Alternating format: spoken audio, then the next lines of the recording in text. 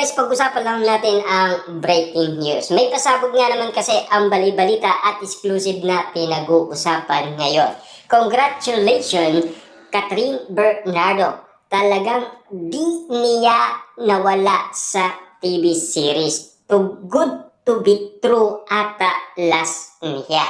Na alam niyo naman siguro, napapag-usapan kung ano ang pinaka-uling teleserye ni Catherine Bernardo na ngayon nagbabalik na siya para gumawa ng matinding teleserye. Ayon kasi sa bali-balita, malaking project ito para kay Catherine Bernardo at James kasi ang iba kukuhanan sa ibang bansa. Tulad na lamang ng kay Daniel Padilla sa kanyang teleserye na Incognito. Na alam niyo naman siguro, merong Italy at merong Japan. At lalong-lalo na dito sa lokal sa Pilipinas na una sila sa Palawan, tapos sa Benguet. Kitang-kita niyo naman siguro, pinagmamalaki ni Daniel Padilla ang sariling atin. Kung bakit nga naman kasi dumami ng dumami ang mga turista. Ayon kasi sa karamihan, hindi daw marunong magsalita si Daniel Padilla. Pero nakuha niya ang simpatya ng maraming tao dahil sa kagandahan ng lugar sa Benguet. Kitang-kita niyo naman siguro na talagang kakaiba ang nangyari kay Daniel Padilla. Kahit yung pagiging vlogger, grabe, ang galing daw talaga ni Daniel Padilla. Marunong daw talaga magsalita. Ibig sabihin, kung sakasakali sa October 2, dahil doon niya palang makukuha or marireceive ang nasabing award niya. Dahil, alam niyo naman siguro, nakita ang kagalingan niya sa pag-arte, sa pagiging action star. Dahil alam niyo naman siguro, sumikat ang kanyang karakter bilang Andres Malvar. Kitang-kita niyo naman siguro ang bawat eksenang nangyari noon.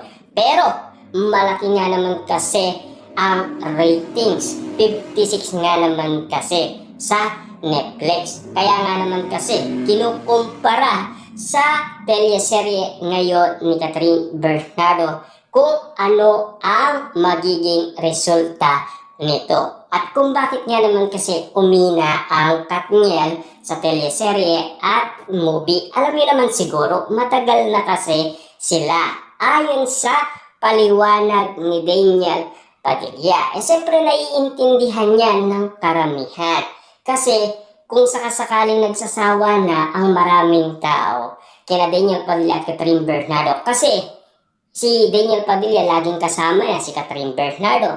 Lalong-lalo na kasi para nagsasawa na rin ang maraming tao. Ika nga kasi ni Daniel Padilla. Pero kapag una, nandoon pa rin ang magic, di ba? Pero at least si Daniel Padilla, napatunayan niya naman sa maraming tao na meron siyang ibubuga. Meron siyang kayang ipakita sa pagiging action star.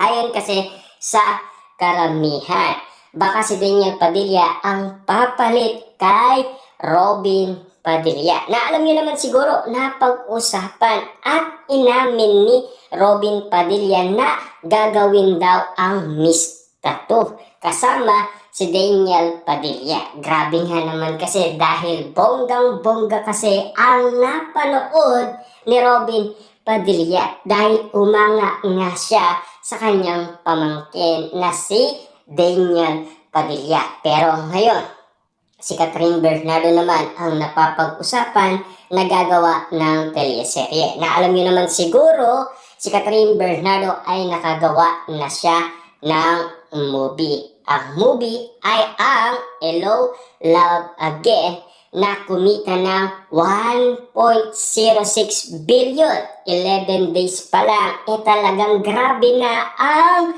nasabing earnings ng movie ni Catherine Bernardo.